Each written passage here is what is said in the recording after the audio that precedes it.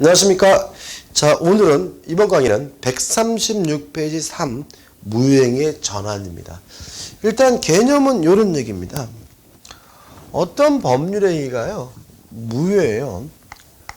근데 이것이 공교롭게도 다른 법률행위의 요건을 갖추고 있다면 유효한 다른 법률행위, 타 법률행위로 뒤바뀌게 되는데 이걸 우리가 무효행위의 전환이라고 하는 거죠. 다시 말하면 성립은 했지만 효과가 없어요. 근데 이것이 공교롭게도 다른 행위의 요건을 가지고 있다면 다른 법률행위로 뒤바뀌게 되는데 이걸 우리가 뭐라는 거죠? 무효행위의 전환이라고 한다는 거죠. 이게 뭐예요? 의의죠. 2번 전환의 요건이 나오는데 뭐 그렇게 중요하진 않은 당연한 거니까. 1번 일단 법률행위가 뭐 해야 돼요? 무효가 되겠죠. 2번 다른 법률행위로서 무엇을요? 요건을 구비하고 있어야 되고요. 3번 당사자에게 가정적 의서, 다시 말하면 무효인 줄 알았다면 다른 법률행위를 하였을 것이라는 가상적 의사가 인정이 돼야 되고요. 4번 단독행위에 대한 전환도 우리 판례는 긍정하고 있습니다. 그럼 쭉 읽어보시면 되고, 중요한 것이 뭐냐면 우측에 3번 전환의 모습이에요. 1번 불요식행위로 전환, 이게 원칙입니다. 다시 말하면 원칙적으로 무효인 행위가 요식행위든 그것이 불요식행위든 유효한 다른 법률행위로 뒤바뀐다면 불요식행위로 바뀌는 것이 원칙인 거예요.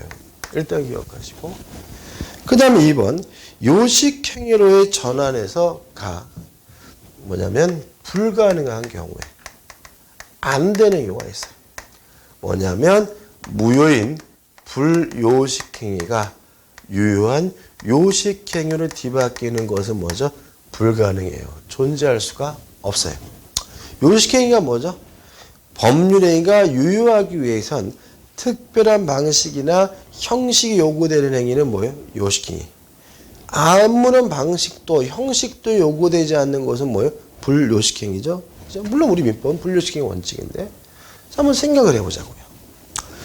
자, 요식행위 가장 대표적인 것이 어음을 쓰는 거거든요. 어음을 작성할 때는 정해진 형식의 어음 용지에 작성해야 되기 때문에 대표적인 뭐예요? 요식행위죠. 근데 그 어음 용지에 작성한 것이 아니라 A4 용지 100지에다가 어음이라고 쓰고 작성했다면 그것은 어음으로서는 뭐예요? 무효인 거죠. 그럼 이것이 어음으로서는 무효인데 아무런 의미가 없느냐? 그것은 차용증으로서는 뭐예요? 유효한 거 아닌가요? 다시 말하면 어음으로서는 가치가 없지만 그 사람에게 내가 받을 돈이 있다는 사실을 입증하는 차용증으로서는 뭐예요? 충분한 거죠. 그죠? 이해되시죠? 따라서 어음으로서는 무효지만 뭐로 전환돼서요? 차용증으로 전환돼서 유효한 거죠. 이런 발생할 수가 있는 거죠. 거꾸로는 안 돼요. 자, 차용증을 작성했는데요. 금액도 명확하지 않고 채권자, 채무자도 명확하지 않아서 그 차용증 자체가 무효인데 공교롭게도 어음으로 뒤바뀐다. 이런 것들은 뭐 할 수 없는 거죠? 존재할 수가 없는 거죠. 따라서 무효인 불요식행위가 뭐로 바뀔 수는 없는 거예요? 유효한 요식행위로 바뀔 수는 없는 거예요. 기억하시고 있죠? 그 다음에 세 번째는 일종의 예외입니다. 예외. 예외라는 말은 뭐냐면 원래는 안 되는 거지만 우리 판례가 예외적으로 몇 가지를 뭐하고 있어요? 인정하고 있다는 얘기예요. 다시 말 뭐냐면 무효인 요식행위가 유효한 요식행위로 바뀌는 것은 원래는 인정될 수가 없지만 우리 판례가 예외적으로 몇 가지를 인정하고 있어요. 대표적으로 세 가지를 기억하시면 됩니다. 첫째, 타인의 자를 남의 자식을 친자로 입적시키면 무효예요. 그럼 이것이 아무런 효과가 없느냐? 아니다. 양자 입적으로서는 유효하다는 것이 판례 입장이고요. 둘 다 뭐예요? 요식행위인 거죠. 이런 얘기입니다. 예를 들어가지고 갑과 을이 부부인데 아이가 안 생겨요. 그래서 고민하다가 입양기관에 가가지고 A라는 아이를 데려왔어요. 그러면 이 A는 남의 자식인 거죠. 근데 우리가 보통 가족관계 등록부에다가는 뭐라고 등록해요? 친자로 등록하는 거잖아요. 그죠? 친자로. 근데 재밌는 거는 이분이 입양되고 나서 갑자기 또 어떻게 갑을 사이에 B, C라는 또 A가 생기는 경우도 왕왕 있습니다. 이런 거 가끔 드라마에 나오죠. 그럼 이제 나중에 갑과 을이 부자인 경우는 A, B, C 간에 재산 싸움을 하게 되는데요. 요 B, C가 한 편 먹고 A를 공격하는 거죠. B, C가 뭐라고 주장하는 겁니까? A는 우리 형이 아니라는 거죠. A는 우리 부모님이 주워온 자식이라는 거죠. 요 문제에 대해서 우리 판례는 니들 주장대로 A는 친자가 아니다. 친자로서는 무효라는 거죠. 그러면 A는 아무것도 아니냐? 양자로서는 뭐요? 유효하기 때문에 요 A에게 뭐가요? 상속권을 인정해야 준다는 취지의 판례들입니다. 다시 말하면 타인의 자식을 친자로 입적시키면 뭐요? 무효지만 뭐로서는요? 양자로서는 유효한 겁니다. 따라서 친자식은 아니고 뭐인 거죠? 양자인 거죠. 그 다음에 두 번째로 혼인 외의 출생자. 혼인의 출생자가 누구죠? 바람펴는 자식이요? 가끔 뭐 드라마에 서자라고 나오죠. 저는 개인적으로 요새는 좀 뜨거운데 작년 같은 경우는 왜 너무 드라마가 이렇게 막 서자, 그죠? 첩의자식 이런 게 드라마에 계속 나왔죠. 그죠? 뭐 상속인이 뭐냐 이런 드라마도. 근데 그런 게 저는 굉장히 꼴보기 싫은데, 근데 이제 뭐 그게 이제 왜 꼴보기 싫냐면은 그런 드라마를 요새는 우리나라만 보는 게 아니라 이게 이제 어떻게 해요? 해외로 한류 열풍해 가지고 막 수출이 되잖아요. 동남아도 보고 중국도 막 보고 그러잖아요. 근데 그 사람들이 이런 식으로 받아들인다네. 제가 놀랐는데 드라마 속에서 세컨드를 통해서 아이를 가지고 있는 회장님이 계신데 그 사람은 아무런 죄책감도 없고 그냥 자연스럽게 행동하고 뭐 세컨드나 뭐 자식이나 막 이렇게 막 나오고 막 그리고 막 그 서자가 역경을 막 극복하고 뭐 좀 이렇게 나오니까 그 동남아 사람들이요. 아, 한국은 축첩 제도를 인정하는구나 라고 그걸 받아들인대요. 그 드라마를 보면서. 그럴 것 같죠. 그죠? 그래서 저는 개인적으로 이젠 제발 좀 그런 막장 드라마, 그죠? 말도 안 되는 드라마 만들어가지고 괜히 그걸 또 해외에 수출한다 그래서 이민훈이 뭐니 뭐 한류스탄이 그래가지고 나라 망신시키고 국민들 똥칠하는 그런 거 좀 안 했으면 좋겠어요. 그런 자식을 말합니다. 그죠? 이런 얘기겠죠. 갑과 을이 부부인데 갑이 바람을 폈어요. 세컨드를 뒀어요. 그래서 병가의 사이에 A를 낳았으면 이 A가 뭐가 되는 거죠? 혼인의 출생자가 되고요. 보통 이렇게 A를 낳으면 어떻게 가족관계 등록부에 등록하냐면 갑과 을 사이 부부로 난 자식으로 등록하는 거죠. 혼인의 출생자를 친자로 뭐한 거죠? 입적시킨 거죠. 이거는 뭐죠? 무효입니다. 왜냐하면 A는 결코 갑을 사이에 난 자식이 아니니까요. 그러면 얘는 아무것도 아니냐에 대해서 우리 판례는 인지로서는 유효하다는 것이 판례 입장인 거죠. 다시 말하면 왜 갑이 이딴 짓을 했냐면 A가 자기의 자식이라는 거죠. 따라서 A는 갑을 사이에 난 자식으로서는 뭐예요? 무효지만 갑이 A를 자신의 자식임을 인정한 뭐한 거라는 거죠? 인지를 한 거라는 거죠. 따라서 갑이 돌아가시게 되면 A도 자식이니까 A에게 상속권이 인정된다는 취지입니다. 그 다음에 세 번째, 비밀 증서에 의한 유언이 무효인 경우에는요, 자필 증서에 의한 유언으로 뒤바뀔 수가 있습니다. 이런 일이 발생하는 이유는요, 비밀 증서한 유언은 증인이 필요하고요, 자필 증서에 의한 유언은 증인이 필요가 없어서 그렇습니다. 이것도 비밀 증서한 유언 드라마 많이 나오죠, 그죠? 회장님입니다, 그죠?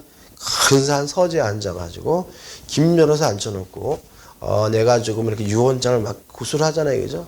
그러고 나서 그거를 유언장을 작성한 다음에 자식들의 그 내용을 공개로 하나요? 아니죠. 비밀로 하는 거죠. 비밀로 하고 있다가 나중에 돌아가시면 이제 김 변호사가 유가족을 물어놓고 자, 회장님의 유언장을 발표하겠습니다. 이렇게 읽어주잖아요. 이게 뭐예요? 비밀 증서의 유언이에요. 자, 근데 유언장의 내용을 보니까 내 재산 중 50억은 개똥이에게 준다라고 되어 있는데 증인이 개똥이라면 그 유언장은 뭐죠? 무효예요. 왜냐하면 유언장의 내용과 증인은 이해관계가 있으면 안 되는 거예요. 아무런 이해관계 없는 사람만이 뭐가 될 수 있어요? 증인이 될 수가 있는 거죠. 그럼 그 유언장이 아무런 의미를 갖지 않느냐? 만약에 자필로 작성했다면, 손으로 자필로 썼다면 그때는 비밀 증서한 유언으로서는 무효지만 자필 증서한 유언으로서는 유효하다는 거죠. 왜냐하면 자필로 쓴 경우에는 굳이 뭐가 필요가 없어요? 증인이 필요가 없기 때문에. 이해되시죠? 여기서 이제 우리가 좀 생각해 볼 게 있어요. 요 세 가지도 일단 기억해 두시면 좋긴 한데 중요하진 않아요. 이 자체가 시험 범위는 아니니까요. 근데 여기서 우리가 정보를 캐치해내야 된다는 거예요. 자, 6가지가 다 뭐예요? 가족법상 행위죠. 다시 말하면 우리 판례는 가족법상 행위, 신분행위에 대해서도 무행의 전환을 뭐하고 있는 거예요? 긍정하고 있는 거죠. 동의하시죠? 그러니까 우리 수험생분들은 어떤 경우냐면 지역적인 내용에 대해서 굉장히 강한데 큰 틀을 물어보면 자꾸 틀리세요. 그죠? 자, 이것은 결국 뭘 말한다고요? 우리 판례가 가족법상 행위에 대해서 무행의 전환을 뭐하고 있다는 얘기예요? 인정하고 있다는 얘기죠. 그 다음 이것도 유언은 뭐예요? 상대방 없는 단독행위죠. 다시 말하면 우리 판례는 상대방 없는 단독행위에 대해서도 무엇을 인정하고 있는 거죠? 무효행위 전환을 인정하고 있다는 것까지 꼭 정리하시고 기억해 두시면 돼요. 그 다음에 하나 따로 판례로서 기억할 것은 뭐냐면 우측 하단에 그 대표지에 있는 박스에 있는 판례인데 따로 일단 기억해 두세요. 불공정한 법률행위에 대해서 무효행위 전환을 긍정하고 있다는 거 꼭 기억해 두시기 바랍니다. 자, 우리가 불공정한 법률행위는 폭력행위잖아요. 그죠? 백사조에서 불공정한 법률이 평가된다면 그것은 뭐예요? 무효예요. 다만 우리 판례는 무효행위 전환으로서 다시 말하면 다른 법률행위로 뒤바뀌어서 뭐 할 수 있어요? 유효할 수 있다는 것이 우리 판례의 입장이에요. 좀 설명드려야 되겠네요. 지나갔는데. 자, 이런 문제입니다. 갑이 을과 만나가지고 매매 계약을 했는데 갑의 궁박 상태를 을이 이용해가지고 예를 들어서 5억짜리 부동산에 대해서 3억 원의 매매 계약을 했다면 이 매매 계약은 궁박하고 이용 의사가 있고 현전 불균형이 있으니까 이 3억에 대한 매매 계약은 불공정한 법률행위로서 뭐인 거죠? 무효인 거죠. 근데 갑이 을한테 무효다 그랬더니 을이 뭐라 그러냐면 그럼 도대체 얼마에 팔 건데? 그랬더니 최소한 5억은 받아야 되겠는데 그랬더니 그러자 그런단 말이죠. 그러면 3억으로서는 무효겠지만 5억으로서는 뭐 할 수 있는 거예요? 유효할 수가 있는 거죠. 그죠? 무슨 말 아시겠죠? 그죠?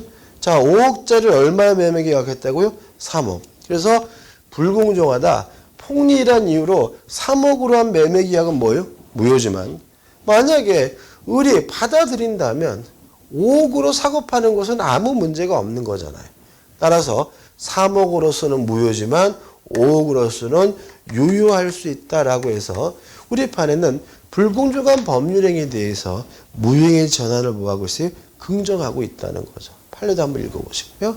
자, 정리하는 의미에서 대표 예제를 풀어보도록 하겠습니다. 우측과 단위죠. 무효행위 전환에 관한 다음 설명이 옳지 않은 것은 1번. 무효행위 전환은 일단 성립한 법률행위가 무효인 경우에 비로소 문제되므로 법률행위가 성립하지 않은 때에는 무효행위 전환의 문제가 생길 여지가 없다. 맞겠죠? 그죠? 여지가 없다. 2번. 판례는 단독행위에 대해서는 무효행위 전환을 인정하지 않고 있다. X죠. 방금 말씀드린 것처럼 유언과 같은 상대방 없는 단독행위에 대해서도 무엇을 인정해? 무효행위 전환을 인정하죠. 답은 2번이죠. 3번. 무효행위 전환은 당사자가 그 무효를 알았더라면 다른 법률행위 하였을 것을 의혹하였으라고 인정되어야 한다. 가상적 의사가 인정된다는 취지니까 맞는 지문이고 4번. 무효행위 전환은 무효인 법률행위가 다른 법률 요건을 구비하였을 경우에 인정된다. 맞죠? 이건 뭐예요? 개념이죠. 무효인 것이 유효한 다른 법률행위. 타 법률이 뒤바뀌는 것이 뭐예요? 무효행위 전환이죠. 5번. 판례는 입양 상속 등과 관련된 신분행위 있었어도 다른 말로 하면 가족법상 행위에 있어도 무효행위 전환을 인정하고 있다. 맞죠? 이런 것들은 다 뭐예요? 신분행위, 가족법상 행위고요. 따라서 판례는 상속은 빠졌지만 상속도 당연한 겁니다. 그죠? 가족법상 행위에 대해서도 무효행위 전환을 긍정하고 있습니다. 답은 2번이 되네요. 근데 넘겨보시면 4번 무효행위 추인이 나와 있죠. 그죠? 일단 무효행위 추인에 대해서는 우리가 좀 정리하실 필요가 있어요. 대표 예제 해설을 제가 정리해 놨는데 적으실 필요는 없지만 정리를 해보죠. 이 무효행위 추인에 대해서 시험 문제 당연히 나오고요. 당연히 어떻게 해요? 맞춰야 되겠죠. 정리할 것은 많지 않습니다. 일단 무효인 법률행위의 추인에 대해서 첫 번째 기억할 것이 뭐냐면 불가능한 경우예요. 다시 말하면 추인할 수 없는 경우가 있어요.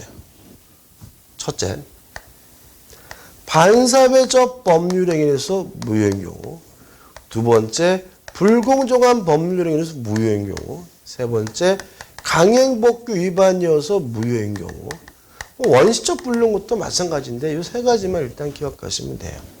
이런 것들은 속칭 뭐죠? 나쁜 짓인 거죠. 따라서 뭐 할 수 없어요? 추인할 수 없다라고 해야 되겠죠. 따라서 이 세 가지는 뭐 할 수 없습니까? 추인할 수가 없습니다. 두 번째, 가능해요. 다만 추인하게 되면 새로운 법률행위가 되기 때문에 그 효과가 소급하지 않는 경우가 있어요. 다만 주의하실 것은 이 경우에도 당사자 간의 특약으로서 소급시키는 것이 가능하게 되는데 이게 뭐죠? 세 가지를 기억해 두셔야 되는 거죠. 첫째, 지인이 아닌 의사표시가 무효인 경우. 두 번째, 통정허위 표시가 무효인 경우. 세 번째, 의사무능력이죠. 이 세 가지 경우에는 추인할 수 있고 추인하게 되면 뭐가 돼요? 새로운 법률행위가 됩니다. 여기서 하나 주의하실 것은 이 의사무능력을 자꾸 1번으로 집어넣으려고 하시는 분이 있는데 그건 아닌 거죠.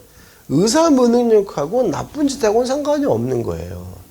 예를 들어 볼까요? 제가 어제 술 이빠이 처먹었어요. 완전 만치고요.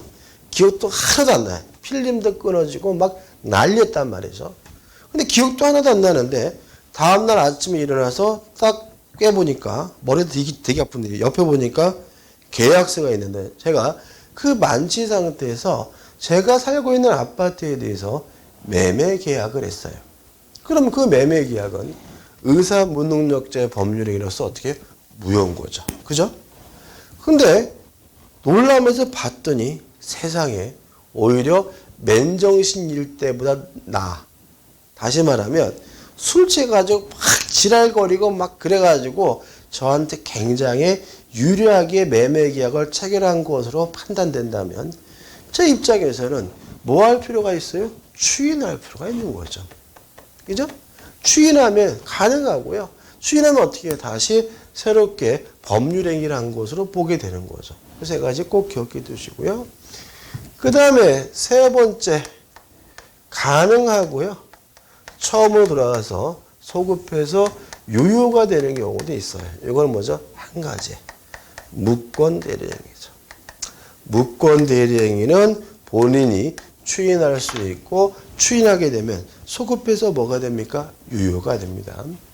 여기서 이제 세 가지가 있는데 원칙은 뭐냐면요. 2번인 거예요. 2번. 왜 이게 원칙이냐면 우리 민법 130기조가 규정하고 있는 내용인 거거든요. 그래서 교재 보시면 좌측에 맨 위에 139조가 나와 있는데 이 139조가 적용되는 무효는 뭐죠? 세 가지예요. 지인이 아닌 의사표시와 통정허위 표시와 의사부등용 요 세 가지만 적용된다는 거 주의하시기 바라고요. 내용 한번 읽어볼까요? 139조. 무효인 법률행위는 추인하여도 그 효력이 생기지 아니한다. 그러나 당사자가 그 무효임을 알고 추인한 때에는 새로운 법률행위로 봅니다. 다시 말하면 당사자가 추인하게 되면 뭐가 돼요? 다시 새롭게 법률행위를 한 것으로 보게 되고요. 따라서 새롭게 다시 한 거니까 뭐하지 않다는 얘기죠. 소급하지 않는다는 뜻이고 주의하실 것은 당사자 간의 특약으로서 뭐하는 것은 가능해요? 소급시키는 것은 가능하다는 거 기억해 두시기 바랍니다. 요건 보시면 뭐 특별한 거 없어요. 1번 무효임을 알고 하여야 한다. 2번 이것도 원인이 소멸한 후에 해야 돼요. 예를 들어 가지고 제가 의사 무능력자였다. 그러면 술 깨고 추인해야 그것이 의미가 있는 것이지 만취 상태에서 추인한다고 해봐야 의미가 없는 거죠. 다시 말하면 무효 원인이 소멸한 후에 추인하여야 하고요. 3번 무효인 법률행위가 새로운 법률행위 요건을 당연히 어떻게 해요? 구비하여야 되겠죠. 우측의 효력입니다. 새로운 법률행위가 되기 때문에 원칙적으로 뭐 되지 않아요? 소급하지 않지만 당사자 간의 특약으로서 소급시키는 것은 가능하다는 거 꼭 기억해 두시기 바라고요. 핵심 판례는 무효인 법률행위를 추인하기 위해서도 그 원인이 어떻게 해요? 종료된 후에 해야 된다는 거죠. 그죠? 따라서 의사 무능력 상태라면 그 상태에서 벗어난 후에 추인해야 그것이 의미가 있다는 취지니까 한번 꼼꼼히 읽어보시 바라고요. 이건 또 취소할 때 좀 봐야 될 것 같아요. 대표 예제입니다. 추인하여도 효력이 생기지 않는 무효인 법률행위를 모두 고른 것은 기억, 불공정한 법률행위 요거죠? 추인할 수 없죠? 하나 나왔네. 2번 무권대리인의 법률행위 추인할 수 있고 이건 뭐죠? 소급적 유예되죠? 이건 아니네요. 디귿번 불법 조건이 붙은 법률행위. 불법 조건이라는 말은 무슨 말이에요? 조건이 반사회적이라는 얘기죠. 반사회적 법률행위는 뭐 할 수 없어요? 추인할 수 없어요. 디귿부터 안 되네요. 그죠? 1번 통정허위 표시 요거죠? 추인할 수 있죠? 추인하게 되면 뭐가 됩니까? 새로운 법률행위가 되죠. 따라서 추인할 수 없고 추인해봤자 의미가 없는 것은 결국 뭐가 됩니까? 기억, 그 다음에 디귿해가지고 몇 번이 답이 되는 거죠? 2번이 답이 되는 거죠. 이런 형태로 보통은 시험 문제가 나오니까요. 이런 식으로 꼭 정리하시기 바랍니다. 이번 강의 여기까지 하고요. 다음 강의 때 법률행위 취소로 들어가도록 하겠습니다. 감사합니다.